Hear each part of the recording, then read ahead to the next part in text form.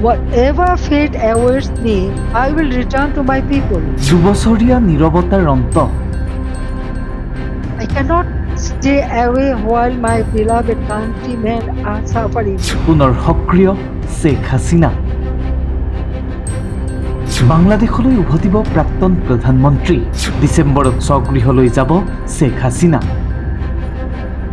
দুবছৰীয়া নীৰৱতাৰ অন্তত পুনৰ ৰাজনৈতিক মঞ্চত সক্ৰিয় হৈছে বাংলাদেশৰ প্ৰাক্তন প্ৰধানমন্ত্ৰী শ্বেখ হাছিনা ভাৰতত অনুষ্ঠিত এক সংবাদমেলত ভাৰ্চুৱেলি অংশগ্ৰহণ শ্বেখ হাছিনাৰ Distinguished journalists, members of the Foreign Correspondents Club of South Asia, respected guests, friends of Bangladesh, ladies and gentlemen, Assalamu alaikum.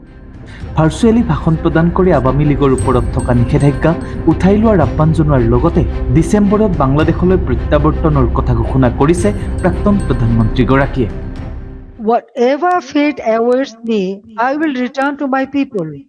I cannot stay away while my beloved countrymen are suffering. I know I may be detained, I may be sent to prison. They may try to enforce verdicts issued in fabricated cases, but fear cannot decide my duty to the people. My life moved beyond calculations of personal safety long ago.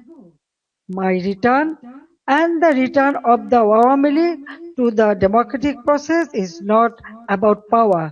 It is about putting Bangladesh back to the right track.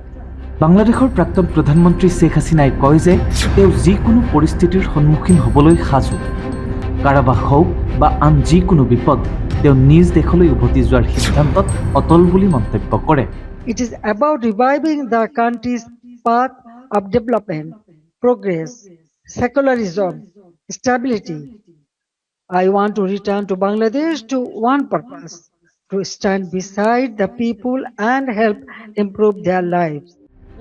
এই সংবাদমেল সম্বোধনৰ পাছতে হাছিনাৰ বক্তব্যক তীব্ৰ সমালোচনা বাংলাদেশ চৰকাৰৰ বাংলাদেশত সৃষ্টি হৈছে তীব্ৰ ৰাজনৈতিক প্ৰতিক্ৰিয়াৰ বুধবাৰে সন্ধিয়া অনুষ্ঠিত ভাৰ্চুৱেল সংবাদমেলত শ্বেখ হাছিনাৰ সৈতে অনলাইন যোগে অংশগ্ৰহণ কৰিছিল বাংলাদেশৰ প্ৰাক্তন ক্ৰিকেটাৰ তথা আৱামী লীগৰ প্ৰাক্তন সাংসদ শাকিব হাছানে এই অনুষ্ঠানৰ কেইঘণ্টামানৰ পাছতেই বাংলাদেশৰ মাগুৰা জিলাত থকা শাকিব হাছানৰ পৈতৃক গৃহলৈ দুৰ্বৃত্তই নিক্ষেপ কৰে পেট্ৰল বোমা উল্লেখ্য যে 2024 চনত গণ আন্দোলনৰ পাছত শ্বেখ হাছিনাই বাংলাদেশ এৰি পলায়ন কৰিছিল ভাৰতলৈ ইয়াৰ পাছত তেওঁৰ বিৰুদ্ধে একাধিক গোচৰ ৰুজু হয় আৰু তেওঁৰ অনুপস্থিতিত বিচাৰৰ সন্মুখীন হয় বাংলাদেশে হাছিনাক উভতাই দিবলৈ ভাৰতৰ ওচৰত জনাই আহিছিল দাবী এতিয়ালৈকে শ্বেখ হাছিনাই ডিচেম্বৰত বাংলাদেশলৈ উভতি যোৱাৰ কথা ঘোষণা কৰিছে কিন্তু সেই প্ৰত্যাৱৰ্তন কিদৰে সম্ভৱ হ'ব আৰু ইয়াৰ ৰাজনৈতিক প্ৰভাৱ কি হ'ব এয়াহে হ'ব লক্ষণীয় নিউজ ডেস্ক নিউজলি